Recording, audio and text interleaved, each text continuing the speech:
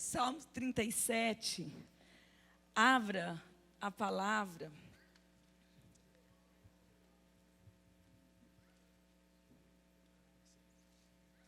Em Salmo 37,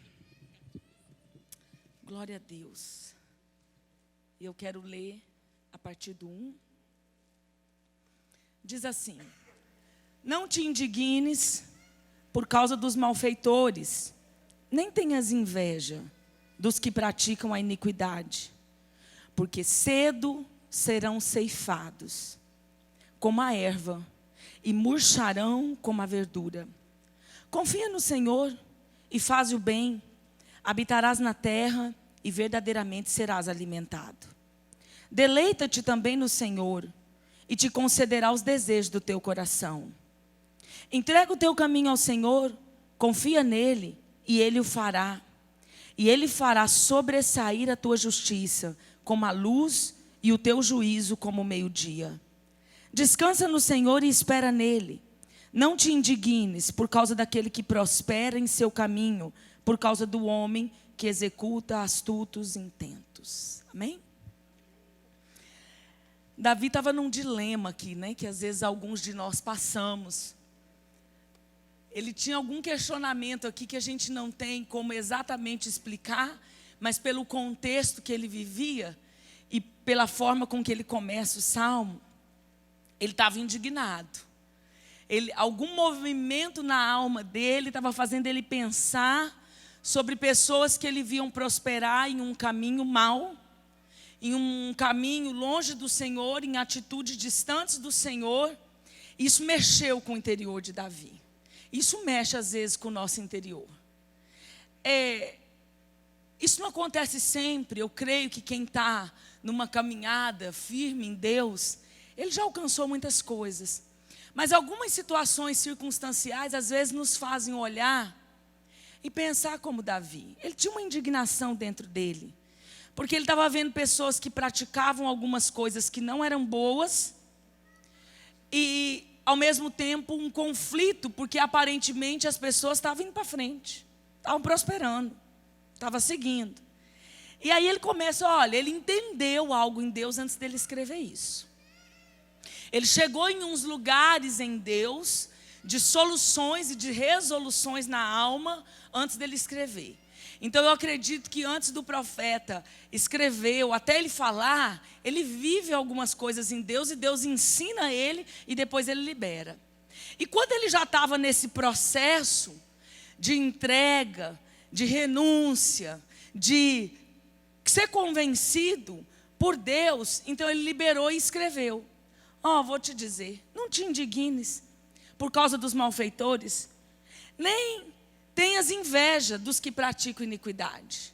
Ele está dizendo, fica tranquilo, não deixa esse movimento interno, né, de incomodação, que gerou indignação e inveja, não deixa isso fazer com que você saia do foco, porque o nosso negócio é com Deus. É isso que ele começa dizendo.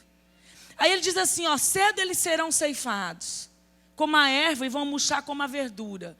Tem uma aparência de estar indo tudo bem, de prosperar. Mas vem um tempo, bem logo, que eles vão murchar.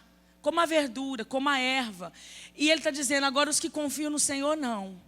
Então, ele nesse momento de crise, nesse momento de uma bagunça interior na sua alma, ele foi em um lugar em Deus e apacentou sua alma. E ele chegou nesse lugar de entendimento, onde a confiança do Senhor o estabeleceu em um norte de novo e de voltar ao trilho de novo. Então, nessa noite eu quero falar sobre 4 pilares da dependência de Deus. 4 pilares da dependência de Deus descritos nesse Salmo 37. A gente vê aqui 4 pilares que alicerçam a nossa fé e nos ensina a, em momentos circunstanciais, continuar confiando, crendo e avançando, independente daquilo que está acontecendo ao nosso redor. Dependência não é uma palavra fácil. Eu queria que fosse. Não é fácil de viver. Porém, é possível quando nós aprendemos com o Espírito Santo. Davi, ele deu esse lugar para o Senhor em um momento de um contexto, de uma circunstância difícil. Mas ele deixou o Senhor fazer isso dentro dele. E hoje o Espírito Santo, que não nos deixa, que prometeu estar conosco todo o tempo, está disponível para trabalhar dentro de nós quando nós queremos, desejamos e nos submetemos. Depender de Deus, esperar nele e cumprir tudo isso que a gente leu aqui nesses versículos, não é tão simples. Não é tão simples mesmo. Mas a gente se aprende mediante essa caminhada, mediante esses passos que nós vamos dando no Senhor, e mediante isso que nós vamos deixando Ele fazer. Porque é pelo entendimento e um conhecimento sendo construído dentro de nós que a gente consegue aplicar a palavra, que nem sempre é fácil. Na hora que a gente lê, parece algo tão lindo, mas na hora que somos provadas nela, que somos provados nela, na hora de vivê-la dentro de uma circunstância difícil, as coisas parecem estar... Parece que a palavra às vezes não é suficiente durante a circunstância. Então eu quero falar desses 4 pilares que são alicerces da nossa fé na dependência de Deus. Aqui ele diz sobre confiar no Senhor, sobre deleitar-se no Senhor, entregar o caminho ao Senhor e descansar e esperar no Senhor. São 4 pilares que alicerçam a nossa fé e nos ensina a depender dele. Eu quero começar falando da confiança no Senhor. O primeiro pilar descrito aqui é a confiança no Senhor. A raiz dessa palavra confiar indica segurança e proteção. Gente, quando nós confiamos verdadeiramente, se falando no plano humano, quando nós confiamos verdadeiramente em uma pessoa, a gente pratica algumas coisas com aquela pessoa que a gente não faz com outro. A gente se entrega a um nível com a pessoa que a gente confia, que a gente não se entrega com alguém que a confiança não esteja estabelecida. Então, essa confiança que ele nos chama é para ir num lugar onde nós estamos seguros e protegidos, porque sabemos e conhecemos quem Ele é. Quando nós confiamos verdadeiramente, nós somos capazes de enfrentar diversas situações com esse entendimento de segurança e proteção. Uma criança, quando ela confia no pai, mesmo que ela não tenha noção de risco, ela dá alguns passos de fé, mesmo sem saber. Se tiver uma criança aqui em cima, que confia no pai, e o pai estiver aqui embaixo e diz, vem, ela sai daqui de cima e se joga, e nem para pensar se ela cair, qual as consequências. Porque ela olha e lá embaixo ela vê o pai segurando. Se ela confia no pai, ela se joga e ela não sabe o que o pai vai fazer para segurar, mas ela sabe que ele vai segurar. Então, esse nível de confiança é essa palavra que o salmista está expressando aqui no Salmo 37. Um nível de você andar com Deus a ponto de se sentir seguro verdadeiramente e protegido intimamente. É esse nível de confiança que ele nos chama para andar. Então, nós expressamos confiar no Senhor com as nossas atitudes. Então, tem atitudes nossas que não expressam a confiança. E às vezes você vai se encontrar em algumas coisas que eu vou dizer e vai falar assim, pastora, alguns momentos eu confio, então eu estou vendo que em outros momentos eu não confio. Mas eu quero dizer para você que Deus quer nos levar a níveis cada vez maiores de confiança para que a gente confie plenamente em toda a situação. Confie que nós estamos seguros e que nós estamos protegidos nele. Salmo 91, o versículo 2 diz assim, direi do Senhor, Ele é o meu Deus, o meu refúgio, a minha fortaleza, e nele confiarei. E nesse momento aqui, onde Davi escreveu o Salmo 37, ele estava passando circunstâncias que queriam tirar ele desse lugar e olhar para quem estava bem, sem servir a Deus, sem ter aliança com Deus, estava bem, estava seguindo, estava aparentemente prosperando. Mas ele entendeu que no Senhor não é algo superficial, nem passageiro, que quando eu confio, estou seguro no Senhor, independente da circunstância, vai dar bom, vai dar certo, vai ter um resultado positivo. Era isso que ele estava dizendo. Ele experimentou esse refúgio, que no Salmo 91 fala, Davi experimentou Deus como uma fortaleza. em quem ele podia verdadeiramente confiar e se assegurar. No Salmo 4, declara assim, no verso 8: em paz eu também me deitarei e dormirei, porque só tu, Senhor, me fazes habitar em segurança. Como é que a gente confia em Deus? Sendo isso uma coisa de caminhada. Não é fácil. Porque é fácil dizer que confia até que a situação não me prove o contrário. É fácil dizer que nele eu me sinto seguro e protegido até que uma situação muito adversa venha. Como é que nós podemos estabelecer confiança em Deus? Primeira coisa, conhecendo o Senhor. Ninguém, gente, confia em quem você não conhece. Toda pessoa que conhece Deus de ouvir falar, ela não vai em um nível profundo de confiança. Por isso ela vive uma vida cristã de superfície, não tem raiz profunda. Na hora que balança a videira mesmo, ela não consegue estabelecer confiança. Se você for colocar isso no plano terreno e humano, a gente já vê que é impossível confiar verdadeiramente nesse nível de se sentir seguro e protegido em quem você não conhece. Você não confia seus filhos, você não confia seu carro, você não confia seu segredo, você não confia seu coração. Com Deus é assim. Eu não posso conhecer Deus de ouvir falar. Eu não posso conhecer o Deus dos meus pais. Eu preciso ter experiências com Deus. Só experiências com Deus vai estabelecer um nível de confiança que na hora que a árvore chacoalhar, na hora que o vento estremecer, eu vou dizer, eu continuo confiando no Senhor. Quem conhece Deus, não é que vai ser fácil passar esses momentos, mas vai ser possível. Porque ele vai se detendo na maneira da tribulação, da circunstância, mas ele vai atravessando, porque ele diz, Senhor, segura as minhas mãos, eu sei quem o Senhor é, eu sei o que o Senhor pode fazer, eu só preciso que o Senhor brade em determinada situação. Então, se eu não conhecer o Senhor, fica difícil confiar nele. Essa fé de ouvir dizer não é suficiente para que eu me sinta segura e protegida se eu não conheço Deus. E como que eu posso conhecer Deus? Então, continuando respondendo a pergunta, como confiar em Deus? Segunda coisa, me relacionando com Ele.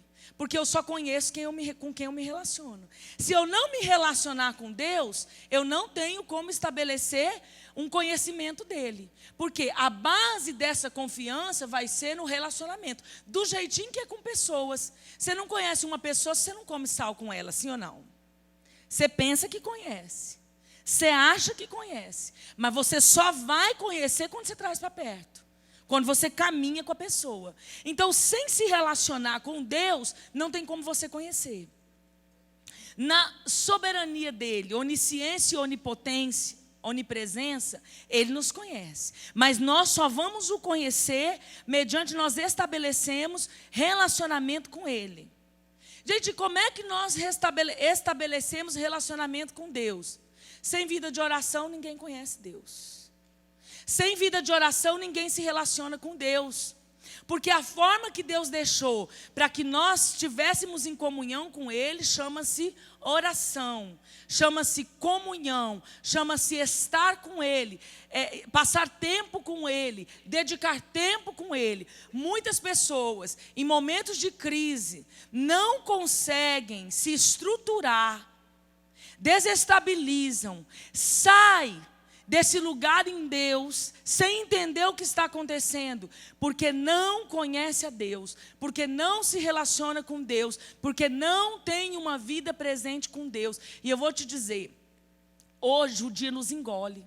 Se não for por determinação, você acorda um pouquinho mais tarde, porque você dormiu tarde, você dormiu cansado, e depois que você pegar o dia, já foi. É igual a história de arrumar a cama.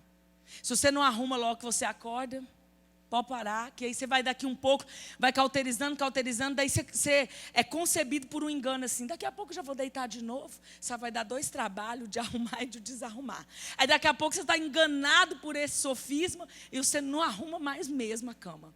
Então, vida com Deus é prioridade. Oração é uma questão de determinação e prioridade. Agora eu quero te dizer, muitos de nós, em momentos de crise circunstanciais, nós somos abalados. somos abalados, a nossa fé parece que não está valendo, a palavra de Deus parece que não está funcionando, porque nós não temos raiz nele. Ninguém aprende a confiar no Senhor e se sentir seguro se não o conhece. E ninguém o conhece se não se relaciona. E ninguém se relaciona se não ora. Ninguém se relaciona se não ora. Olha, eu vou te dizer, a gente vê na maioria dos casos que necessitam de uma intervenção de Deus, a maioria das pessoas que às vezes tem uma construção dentro dela, Deus não me responde, Deus não me estende a mão. Lá no fundo ela tem um pensamento enganoso, Deus não está nem aí para o meu caso, porque eu já estou sofrendo há 5 anos essa mesma situação esperando uma resposta de Deus. A maioria dessas pessoas, quando a gente vai investigar, não tem um relacionamento com Deus. Não tem uma vida dinâmica, uma vida funcional de se relacionar com Ele. Não tem viração do dia com Ele. Se você não se relaciona com Deus, se você não gasta tempo em orar ao Senhor, você não o conhece. Não tem como você conhecer a Deus se você não estabelecer relacionamento com Ele. Qual é uma outra forma de conhecer o Senhor? Bíblia, palavra. Por quê? Porque quando eu somo a luz da candeia com os pães da mesa, então eu vou ter uma revelação que realmente me faz conhecer Jesus. Não é eu saber, por informação e por teologia, que ele ressuscitou Lázaro 4 dias depois de morto. Não é suficiente. Porque o meu racional, na hora da tribulação, não serve. Porque a minha razão, a minha inteligência, a minha bagagem de conhecimento, na hora que o barco balança de verdade, não é suficiente. Mas quando eu tenho vida de oração, leitura da palavra, a luz da candeia, a luz do Espírito Santo, quando a situação estremece, a palavra vem no meu coração com aquela certeza de quem Ele é. De que o que Ele fez lá, quando Ele cumpriu o ministério, que Ele é o mesmo para fazer. Do que Deus fez com o povo hebreu, Ele continua sendo o mesmo Deus. Do que Jesus fez com Lázaro, fez na cura, no milagre, fez com o gadareno, e em todos os lugares onde Ele passou e as pessoas que Ele marcou, eu vou ter a certeza que aquela história contada na palavra é verídico, porque eu sei quem Ele é, porque aquela verdade entrou dentro de mim, porque quando eu leio e me relaciono com Ele, em oração, em adoração, quando eu tenho relacionamento com Deus, palavra e oração, na hora que esses momentos vêm, o Senhor sopra aquelas verdades que estão alicerçadas em mim. Só conheço o Senhor se eu me relaciono com Ele. Ninguém vai se sentir protegido e seguro no dia do vento, no dia que a resposta não está chegando, se ele não entra nesse lugar de confiança, sabendo quem ele serve, sabendo quem verdadeiramente o chamou, sabendo quem verdadeiramente criou céus e terra e quem formou a vida. Então, sem esses pilares, eu não consigo confiar em Deus. Não consigo. Jesus, ele confiou no Pai porque ele conhecia o Pai. E ele desenvolveu o relacionamento com o Pai depois que ele veio sendo homem. Porque tudo que ele praticou e o que ele passou até suportar todo o final do processo da cruz, ele fez como homem. Então a Bíblia diz que ele aprendeu por aquilo que ele padeceu. Aprendeu como? Só faço o que eu vejo meu pai fazer. Só falo o que eu ouço meu pai dizer. Onde que ele aprendeu isso? Porque não tinha uma mágica. A Bíblia diz que Jesus foi ungido pelo Espírito Santo, assim como eu e você. O nosso ministério tem uma capacitação igualzinho Deus fez com Jesus. A diferença é que Jesus foi em níveis que talvez a gente não vai. Porque o desejo dele é que nós fizéssemos obras ainda maiores do que a dele. Como? Pelo Espírito de Deus. Foi assim que a Bíblia diz que ele cumpriu o ministério dele. Deus o ungiu com o Espírito, do jeitinho que faz comigo e com você. Mas qual que era a diferença? Jesus tinha essa caminhada de se recolher, de investir tempo. Com toda a caminhada que ele tinha, quando chegou no ápice da maior tribulação, talvez do maior conflito emocional, ele foi para onde? Para o Getsêmani. Transpirou sangue, mas ele estava no relacionamento. Ele cobrou, voltou, cobrou Pedro, cobrou os discípulos, vocês não podem 1 hora vigiar comigo. E ele voltava e orava, voltava o povo dormindo, voltava e orava, voltava o povo dormindo. Por quê? Ele sabia que aquele conflito que ele estava passando, a ponto dele transpirar sangue, só tinha um lugar onde ele estaria seguro e protegido. Em Deus, no Pai. Então o que ele foi fazer? Orar, buscar o Pai. Gente, sem estabelecer relacionamento, por meio de oração, por meio de comunhão, por meio de conhecimento dessa verdade, ninguém consegue estabelecer confiança em Deus, porque você não confia em quem você não conhece. Então a confiança fica como? Ah, pastora, mas eu confio, fica intelectual. Eu digo que confio. Eu digo que eu me sinto seguro, mas ali no íntimo, naquele momento de tribulação, eu não estou me sentindo seguro. Eu não estou me sentindo protegido. E isso desestabiliza, às vezes, a nossa vida. Então, não tem como eu estabelecer esse primeiro pilar de Salmo 37, se eu não desenvolver relacionamento com Deus. Segunda coisa que ele diz: deleita-te no Senhor. Então, o segundo pilar está relacionado ao deleite, a alegria que eu devo sentir nesse relacionamento, ainda que a minha circunstância não seja favorável. Mas Davi foi nesse lugar de entendimento que eu preciso me relacionar e me alegrar, porque eu tenho Deus para me relacionar, independente daquilo que ele estava passando. E às vezes, gente, nós deixamos a alegria ser roubada do nosso coração, da nossa face, da nossa vida, por causa da circunstância. Por causa daquele momento que nós atravessamos, nós perdemos o prazer em nos relacionar com Ele. Vamos esfriando, vamos deixando, vamos investindo menor tempo, vamos deixando só para o dia da igreja, só para o dia do culto, porque não nos alegramos, não temos prazer em estar com Ele. Querido, deixa eu te dizer uma coisa, o Senhor, Ele queima de paixão por estar conosco. Ele tem paixão. Nós é que às vezes não queimamos para estar com Ele. Mas Ele sempre queima de desejo de estar conosco. Ele sempre está nos convidando. Ele sempre está nos convidando para o tempo. Ele sempre está nos convidando para dentro dEle. Ele sempre está nos convidando para o a sós. Ele sempre está nos convidando para a adoração. Ele sempre está desejando que nós estejamos nesse lugar com Ele. O que apaga às vezes é o nosso fogo, a nossa paixão, o nosso desejo de estar com Ele. Então o prazer no relacionamento com Ele está diretamente ligado à confiança.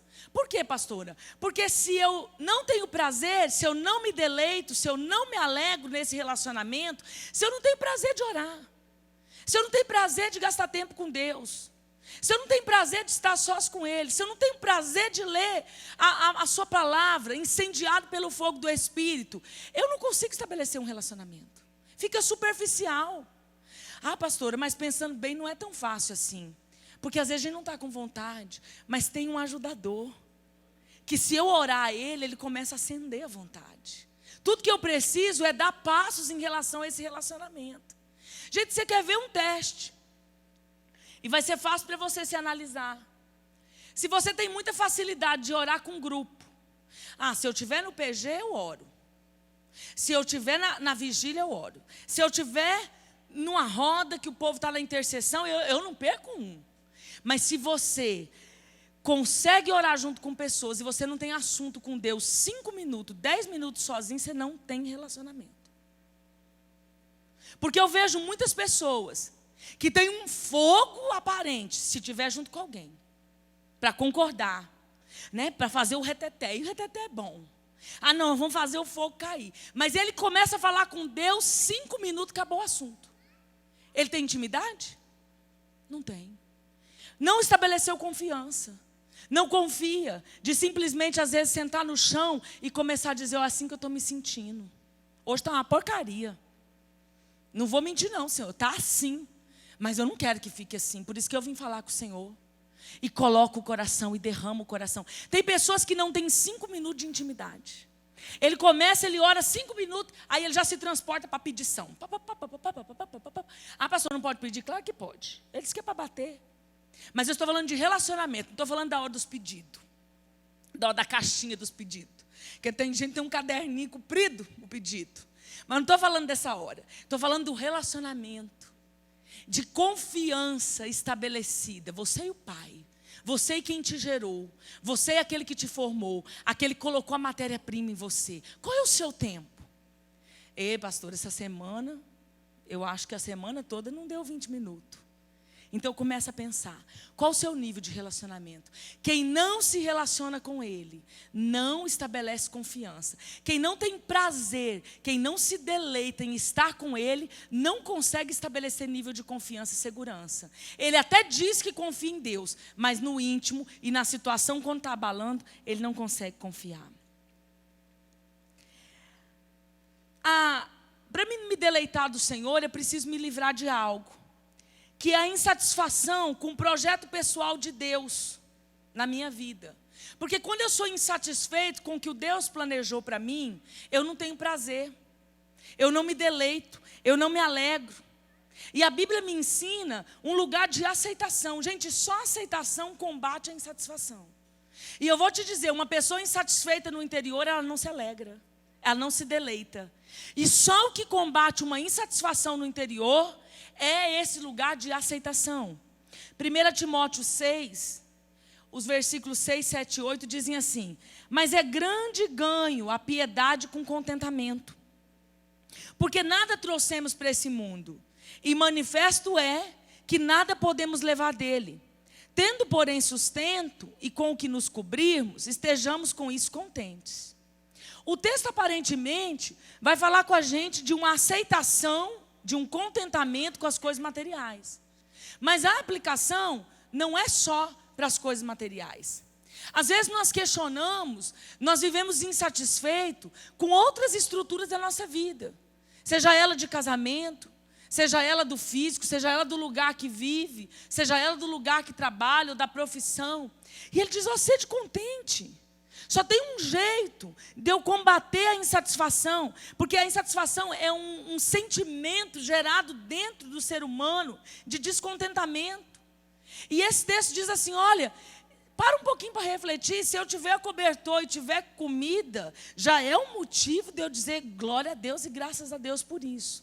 Mas no momento que a circunstância me balança, eu esqueço desses textos. E eu começo a não me deleitar em Deus. E, gente, quando eu perco a alegria do relacionamento. Quando eu não vou nesse lugar de contentamento, de dizer, poxa, eu estou descontente por isso, mas eu estou perdendo o brilho e a alegria disso. Espera aí, essa situação não está do jeito que eu quero. Essa área aqui não está me agradando. Eu estou vivendo um conflito aqui, seja na finança, no trabalho, seja numa questão pessoal com alguém, seja no ministério. É um conflito, está apagando o brilho de tudo que Deus faz comigo. Está me roubando a alegria do todo que Deus faz comigo. Está roubando a alegria do tudo que Ele já fez em mim e o que Ele continua a fazer. Então esse é um pilar de dependência. Se eu confio em Deus e se eu me alegro nele, me deleito nele, eu entro nesse lugar de dependência. Eu vou dando esses passos para conseguir depender dele. Se eu não confio em Deus de maneira íntima, para que eu me sinta seguro e protegido, e eu não me alegro no projeto e propósito que Ele tem para mim, eu não consigo entrar nesse lugar de dependência. Como é que a insatisfação se manifesta? Em todas essas áreas que eu mencionei. É no trabalho, é no relacionamento, é na vida sentimental, é no ministério. E eu quero te desafiar essa noite a sondar o nível de insatisfação no seu coração que tem roubado sua alegria. Qual é o nível de insatisfação que a circunstância gerou, mas que você não está percebendo, que roubou sua alegria do relacionamento com Ele? Roubou sua seiva da vida com Ele. Ah, pastora, é que desde que entrou um determinado chefe lá no trabalho, tá difícil. É o trabalho e todo o resto. Não pode uma situação lá apagar o brilho, a alegria de todo o resto.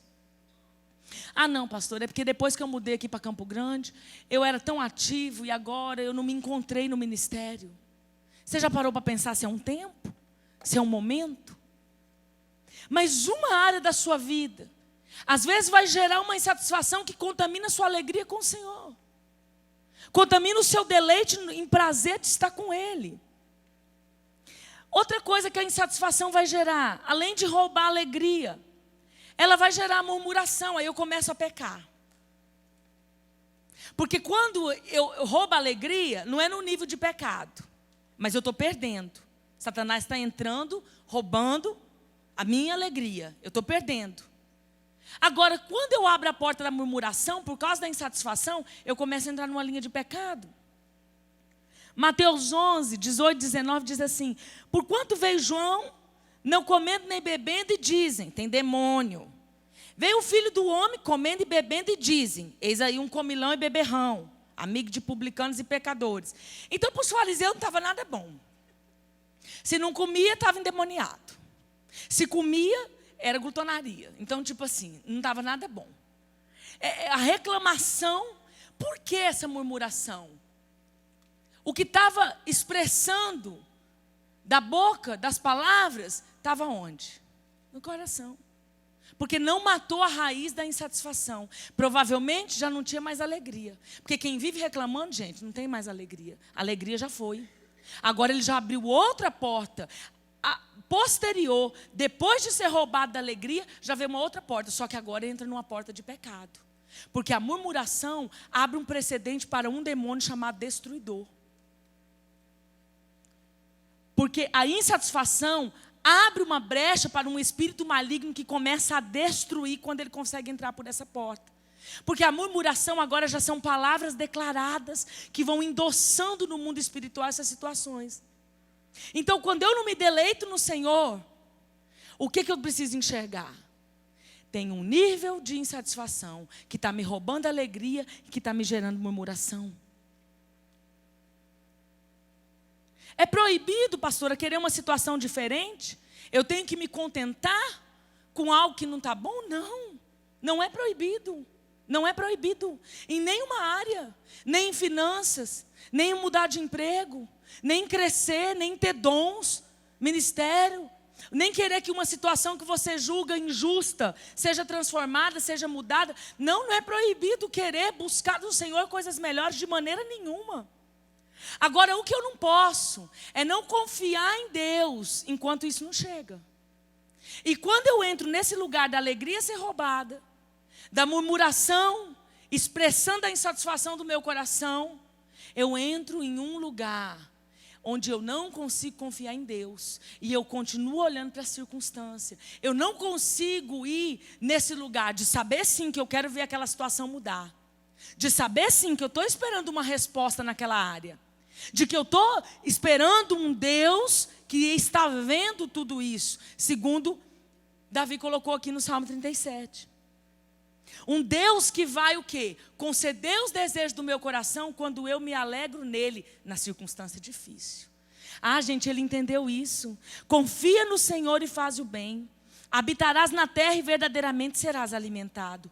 Deleita-te no Senhor e te concederá os desejos do coração. Quando eu me alegro nele, espremendo para fora a insatisfação, fechando a brecha da murmuração, e eu consigo ir nesse lugar onde Davi foi e me alegrar no Senhor. Mas pastora, nessa área que está ruim, é mais de uma área que está ruim. Não, mas eu não estou dizendo da circunstância, eu estou dizendo do relacionamento que te leva a confiar no Deus que te deu vida, no Deus que soprou sobre as suas narinas, no Deus que construiu do seu dedinho ao seu fio de cabelo, no Deus que fez sua estrutura física e emocional, no Deus todo-poderoso, Criador dos céus e da terra, de todo o universo, que fez todas as estrelas, que chama cada uma pelo nome e elas comparecem diante dele. E a esse Deus, ele deu-lhe o direito de que você fosse chamá-lo de pai. Ele te deu o direito de ser filho por herança, por adoção, e ter direito a um reino e a uma herança. Eu não estou dizendo da circunstância, eu estou dizendo em se deleitar no relacionamento de um pai que não nos deixa nunca e que merece honra, submissão, amor, reverência, aliança com ele, independente do que está bagunçado aqui no externo. As questões que estão exteriores, bagunçadas, não pode te roubar o deleite e a alegria de você se relacionar com o seu Criador. A circunstância ruim, momentânea, não pode abalar a confiança que um dia nós já tivemos em fé, de que temos um Deus, que Ele é poderoso, que Ele é Pai, que Ele é o amém, que Ele é o ponto final, que dele vem a resposta final. Não pode, não pode. A insatisfação, além de gerar murmuração e roubar alegria, ela também gera desprezo pelo que Deus já nos deu. Porque sem perceber, eu começo a desprezar o tudo que Ele fez por causa da porção que não está resolvida. Eu começo a desprezar o tudo que Ele fez desde que Ele me gerou. E todas as oportunidades que Ele me deu até aqui. E todo o investimento do céu e dos anjos e das questões que Ele fez. Eu desprezo isso. Querido, deixa eu te dar um exemplo prático. Tem pessoas que passam um ano orando por um emprego.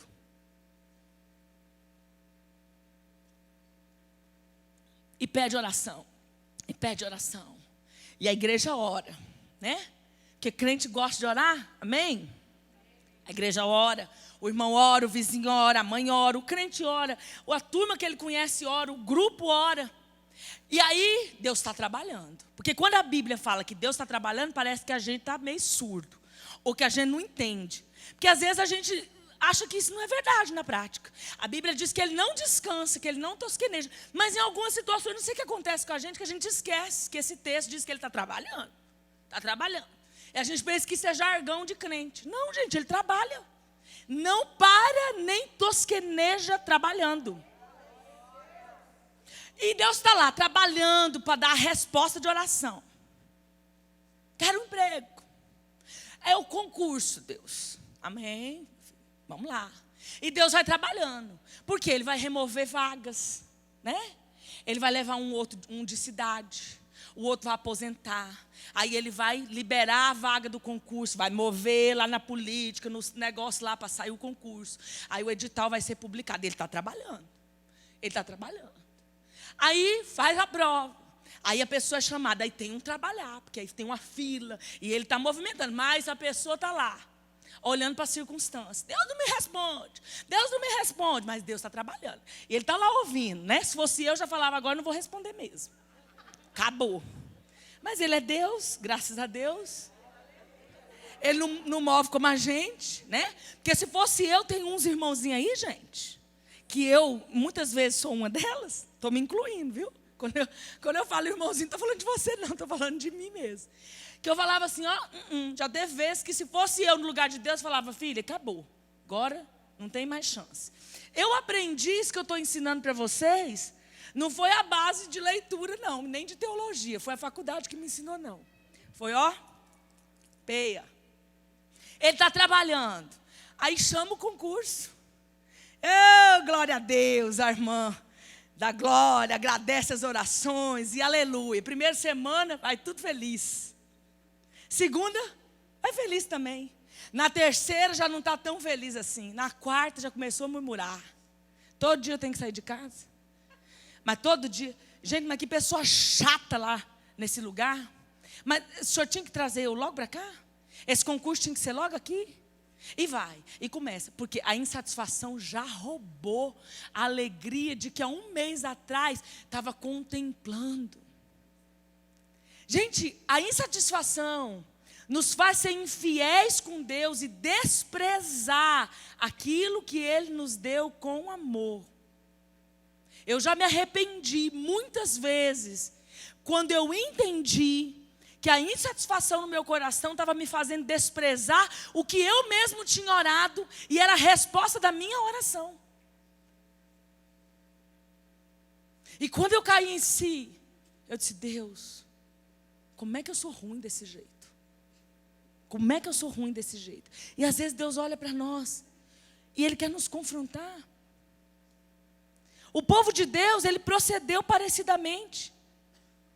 De maneira parecida naquela época. Salmo 106, 24 e 25 diz assim: também desprezaram a terra aprazível. Não creram na palavra, antes murmuraram nas suas tendas e não deram ouvidos à voz do Senhor. Ah, querido, deixa eu te dizer, se murmurar na tenda tivesse resolvido, esse povo aqui tudo tinha herdado, mas morreu tudo no deserto. Não murmura não. Não murmura não. Não murmura na tenda não. Não murmura pelo telefone com o outro não. Não murmura do seu esposo não. Não murmura da sua esposa. Não murmura do seu trabalho. Não murmura do seu ministério não. Porque Satanás está de olho nessas brechas para ele pegar suas palavras, para ele entrar por elas e trabalhar o descontentamento, te roubar a alegria e te fazer desprezar o que Deus te deu. Não murmura não. Eu falo sempre para a equipe que gera esse culto aqui de quarta-feira. Queria tanto entrar, depois que entra na primeira pegada, começa a reclamação, penso que Deus não me conta. Fico só olhando. Falo, vai dar mais umas voltas no deserto aí, que não está entendendo. E já começa a murmuração, começa jejum, murmura. Ué, que não queria entrar na libertação? É libertação num jejum? Põe para orar de madrugada, murmura. Eu falo, vai murmurando e andando no deserto. Eu estou bem plena aqui, já passei dessa prova. Não murmura não. Foi tão difícil às vezes, Deus trabalhou tanto para te entregar. A hora que você precisa entrar no lugar, você vai matar pela insatisfação. Espere, confia nele. Ele não deixou de trabalhar. Ele está fazendo, ele está agindo. Não entrega na mão do diabo. O que Deus está fazendo pode não estar pronto, mas ele está fazendo. Não despreza o que Deus te deu por causa de uma circunstância. Talvez você está olhando para os últimos 12 meses. E aí você já fala a vida inteira assim. Às vezes é os últimos 12 meses. Não põe na mão de Satanás, não. O que Deus está construindo, se você se relacionar com Ele, se você deleitar-se nesse relacionamento, se você aprender a ir nesse nível de confiança, querido, deixa eu te dizer, você vai saber que Ele não parou de trabalhar a teu favor. Você só não está entendendo o que Ele está fazendo com a circunstância, mas Ele está trabalhando. Não parou de trabalhar.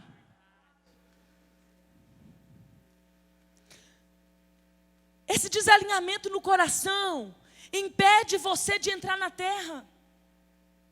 Quando as coisas não estão exatamente como você deseja, se alegre nele, continue buscando nele. Não está não, está ruim, pastora. Se alegra nele, confia nele, clama a ele, continua orando. Não diminui seu tempo de oração, não diminui seu tempo de se relacionar com ele. Não deixa de se alegrar, de se deleitar na sua vida espiritual com o Senhor. Não está acontecendo do seu jeito. Espera, calma, confia. Davi aprendeu isso. Quando entendemos esse pilar da dependência, de nos deleitar no Senhor, muitas coisas não vamos mais precisar pedir. Porque quando a gente acessa essa porta, Ele atende o desejo do teu coração. Quando você menos esperar, abriu. Quando você menos esperar, vem na tua mão.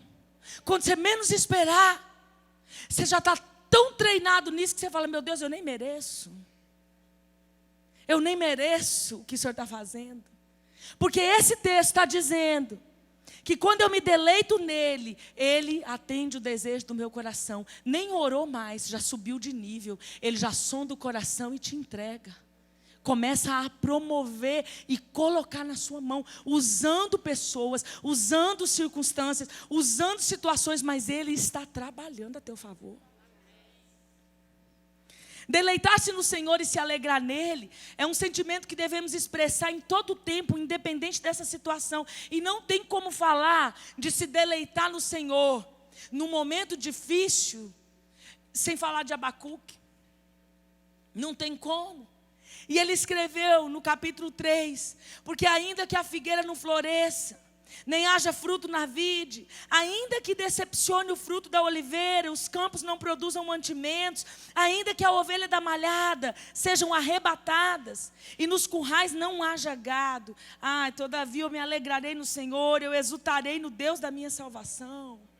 Tendo gado ou não tendo, tendo fruto na vide ou não tendo, tendo fruto na oliveira ou não tendo, tanto bom ou tanto ruim, ele conseguiu acessar esse lugar de deleitar-se no Senhor.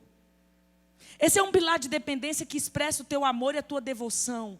É nesse momento, queridos, que você vai poder extrair a prova dos 9 e dizer: eu te amo independente da circunstância. É nesse momento que você prova a sua devoção, o seu coração de filho. É nesse momento quando você se alegra em relacionar-se com Ele. Quando você se alegra em estar com Ele, independente da circunstância que está acontecendo. Nesse momento você prova para Ele que você o ama de verdade. Quando você entra nesse lugar de confiança e de se alegrar no Senhor, você não começa mais a colocar expectativa em pessoas.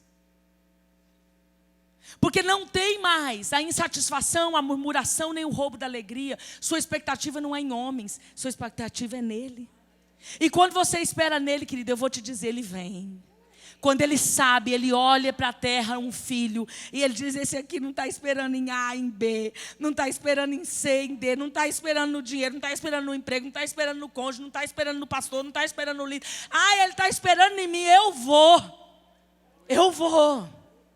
Porque ele olha e vê um coração de alguém que está, às vezes, passando uma circunstância difícil, mas que continua se alegrando nele, e lá no fundo ele sonda e diz: ele está confiando em mim, ele está confiando que eu estou agindo, ele está confiando que eu estou trabalhando, e ele vem, queridos. Ele vem. Terceiro pilar: entrega o seu caminho ao Senhor. Queridos, aqui é quando a gente definitivamente entra num nível de renúncia, de passar a bola para Ele. E dizer: Senhor, até aqui eu lutei, até aqui eu fiz, até aqui eu coloquei, mas quer saber?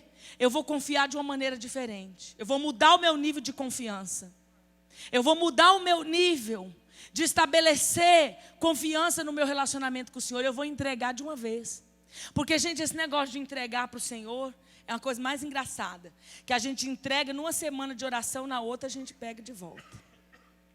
Uma semana a gente está no jejum, buscando, está no óleo, está na oração de madrugada, aí a gente entrega, passa tudo. Na outra semana a gente está tomando. Não toma da mão dele, não.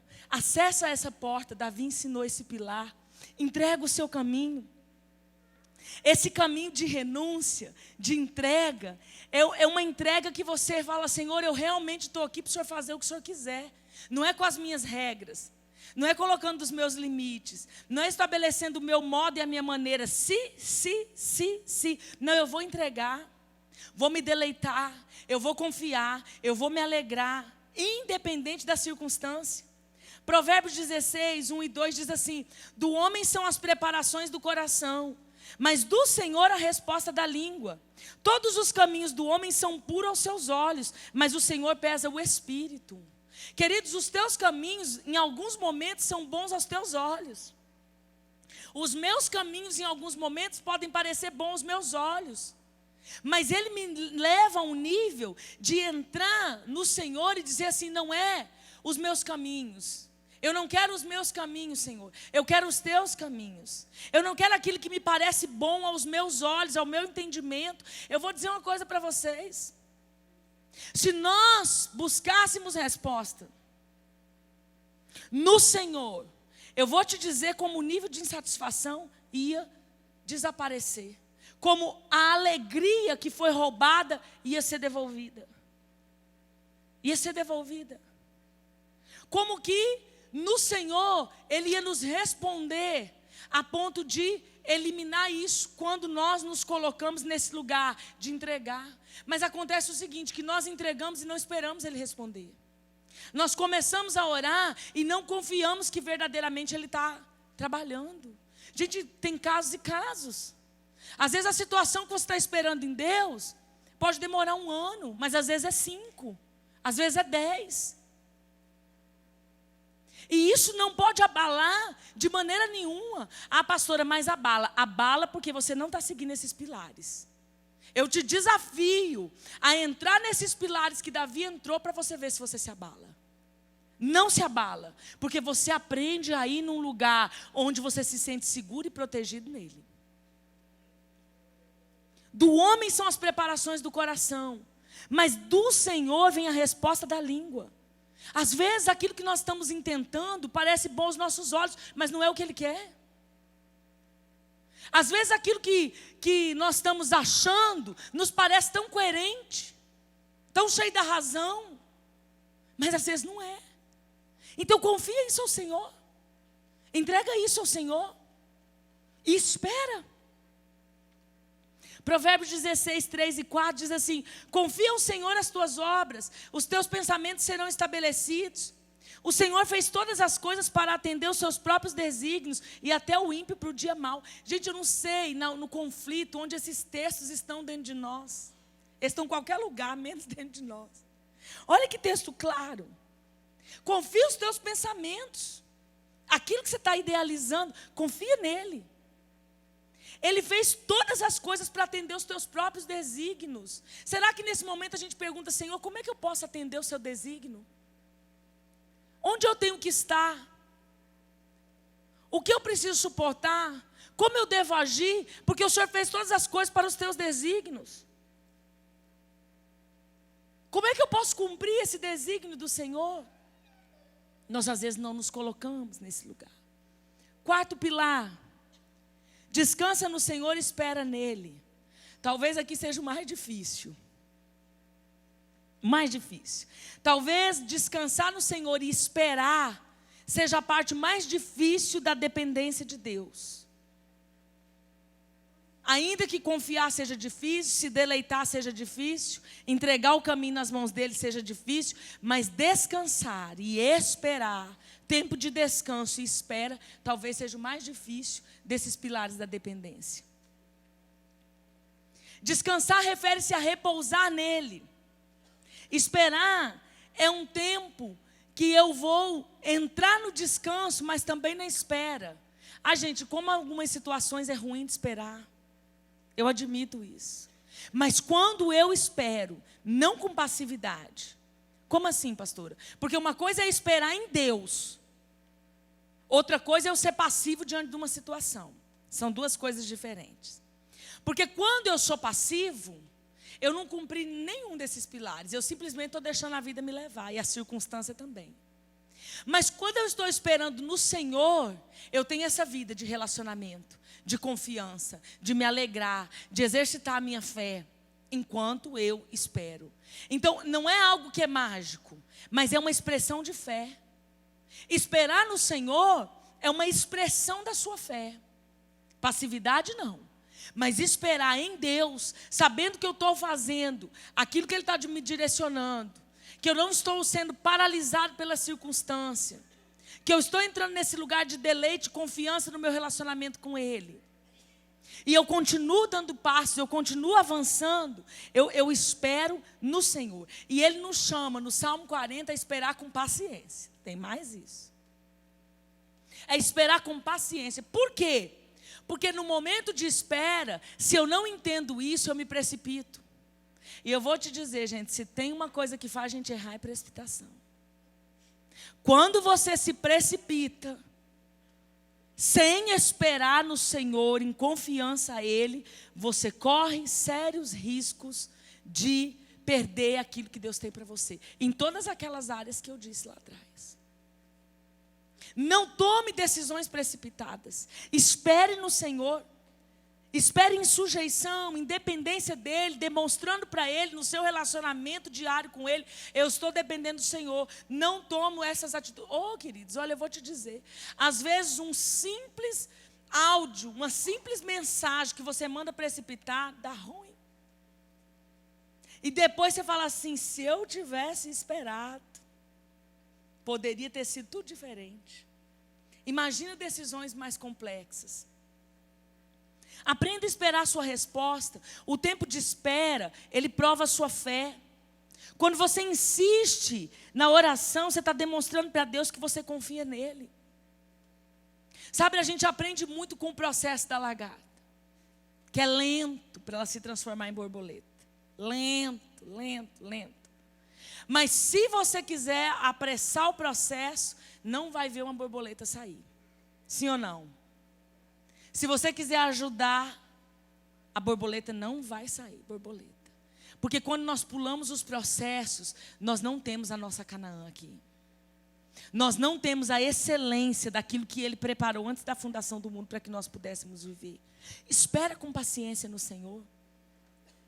José esperou na prisão. E esperou. Quem sabe se ele tivesse saído antes, ele não ia cumprir a vontade de Deus.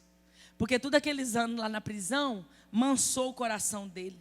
Se ele pegasse aquela autoridade antes, ele já ia matar os irmãos dele tudinho. Mas eu acredito que no tempo de prisão ele foi tão lapidado que ele decidiu não matar.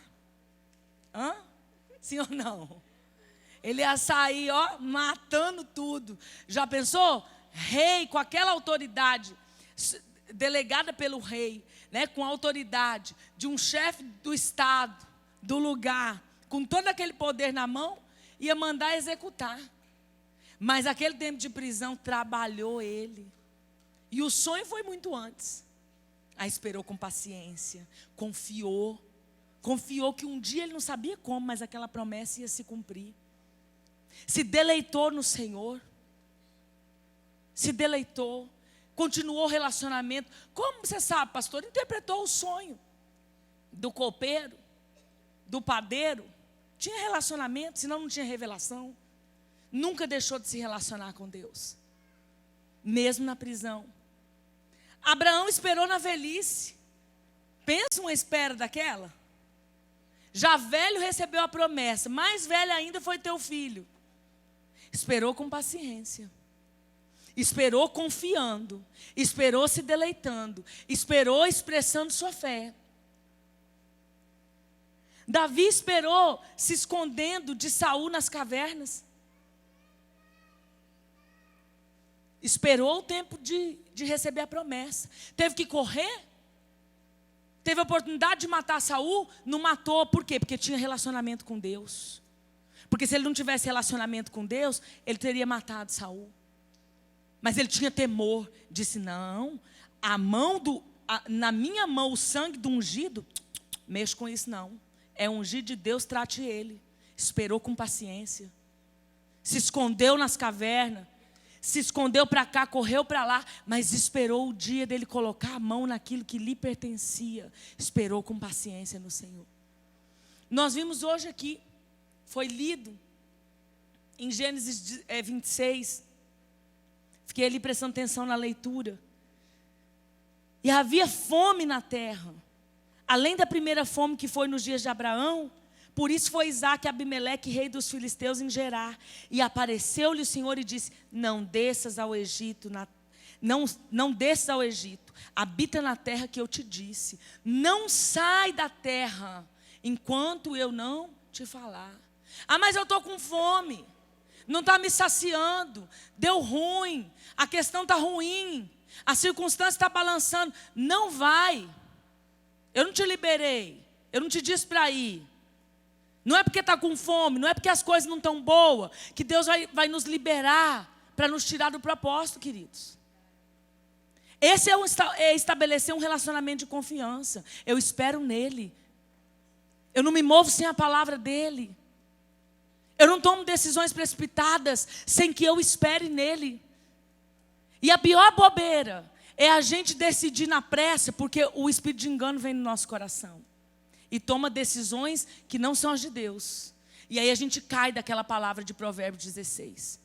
A resposta certa vem dos lábios do Senhor e não do nosso coração. Que na maioria das vezes, quando a circunstância está ruim, Ele nos engana. Que nós possamos aprender. Louvor pode vir para cá.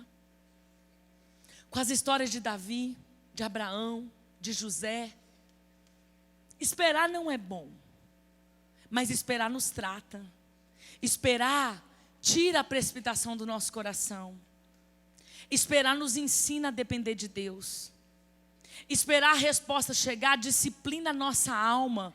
De que as coisas não são como nós queremos e do jeito que nós queremos. Esperar no Senhor, esperar até que Ele nos responda verdadeiramente com fogo. Educa a nossa vida, amadurece-nos, nos apronta para a herança, para que a gente não seja como o pródigo e coloque a mão na herança antes do tempo e não cumpra o propósito de Deus por causa de precipitação. Esperar no Senhor nos amadurece. Esperar no Senhor nos estabelece em um nível de relacionamento que confia nele. Porque Ele olha lá de cima e olha para você e diz: Ele está esperando em mim. Minha filha está esperando em mim. Ele está confiando em mim. Ela está confiando em mim. E enquanto isso, Ele está trabalhando para responder para você. Amém? Feche os teus olhos, sentado mesmo.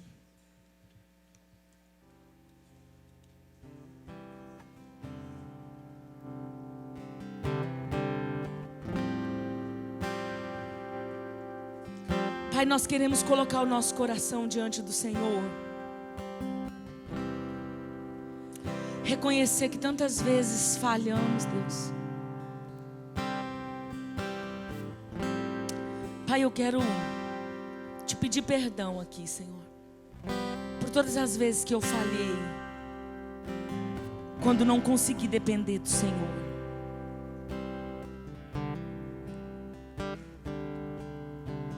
Eu quero me arrepender, Senhor, de maneira pessoal e junto com a igreja também, Pai, por todas as vezes que nós não confiamos no Senhor, a ponto de estabelecer segurança, proteção. Quando nós não te conhecemos, estabelecendo um relacionamento, uma vida de oração, de conhecimento da Tua Palavra. Quando nós não nos deleitamos no Senhor, oh Deus. Às vezes uma situação que nos tira do lugar, tão facilmente nos rouba a alegria de tanto que o Senhor já fez.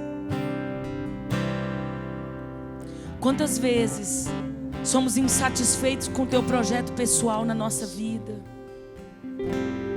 Somos insatisfeitos com o casamento, com o trabalho, com o ministério. Perdão, Senhor, por todas as vezes que nós não aceitamos aquilo que o Senhor determinou para que nós possamos viver.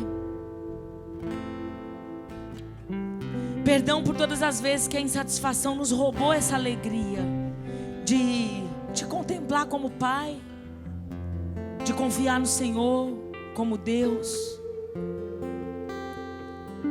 Perdão, Senhor, por todas as vezes que a insatisfação gerou em nós murmuração. Por todas as vezes que murmuramos, abrindo a porta do destruidor. Murmuramos sem motivo. Murmuramos pela circunstância. Quantas vezes desprezamos o que o Senhor nos deu por causa da insatisfação? Perdão, Senhor, pelas vezes que nós não conseguimos, como Abacuque, nos alegrar nos dias que não houve fruto. O dia que o produto da oliveira decepcionou. O dia que as pessoas nos decepcionaram, nos frustraram. Perdemos, Senhor, esse lugar de alegria.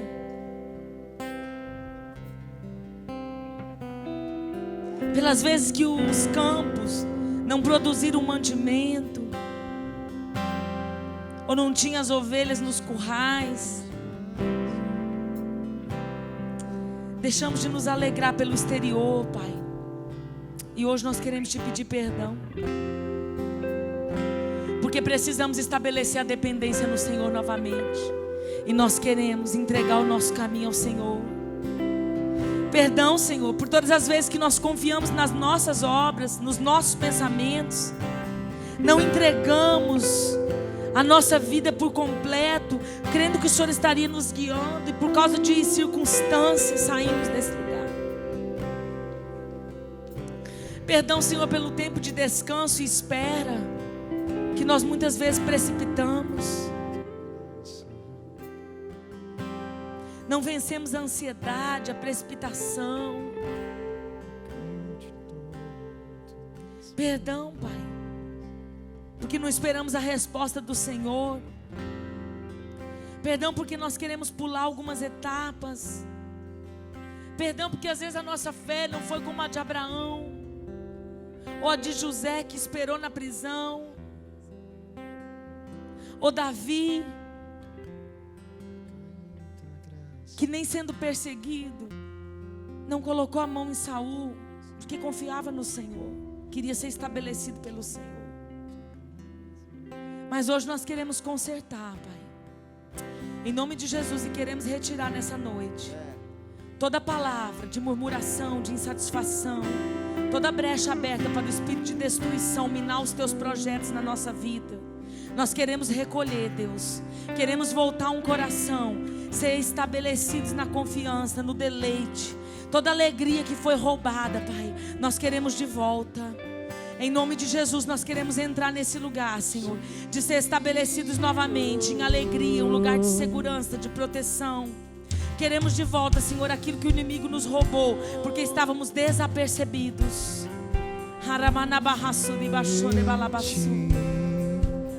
Se você pode, se coloque de pé. Comece a orar ao Senhor por aquilo que o Senhor levou o teu coração, guiou o teu coração nessa palavra. Senhor, nós queremos, Pai, ser estabelecidos novamente nesse lugar de confiança, de segurança, de deleite. Se a alegria do seu coração foi roubada por alguma circunstância, você quer vir aqui à frente, vem pra cá. Talvez você reconhece a insatisfação, a murmuração, isso daí é o de menos, porque Deus é perdoador e disposto a perdoar.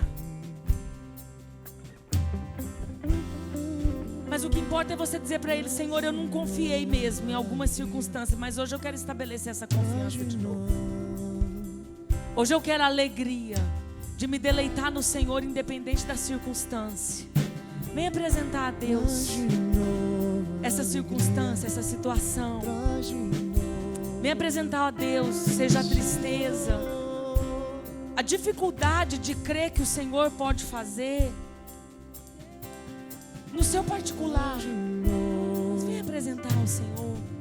Traz de novo a alegria. Oh, Pai, nós vamos colocando, Senhor, as nossas vidas aqui. E de modo especial, esses irmãos que estão vindo aqui à frente apresentar algo específico. São circunstâncias, são situações que hoje nós queremos ir nesse lugar de dependência e dizer para o Senhor que nós estamos esperando o Senhor responder. Estamos esperando o teu trabalhar, confiando que o Senhor não tosqueneja, confiando que o Senhor não dormita, confiando que o Senhor não nos despreza, confiando que o Senhor tem prazer em nós. Eu espero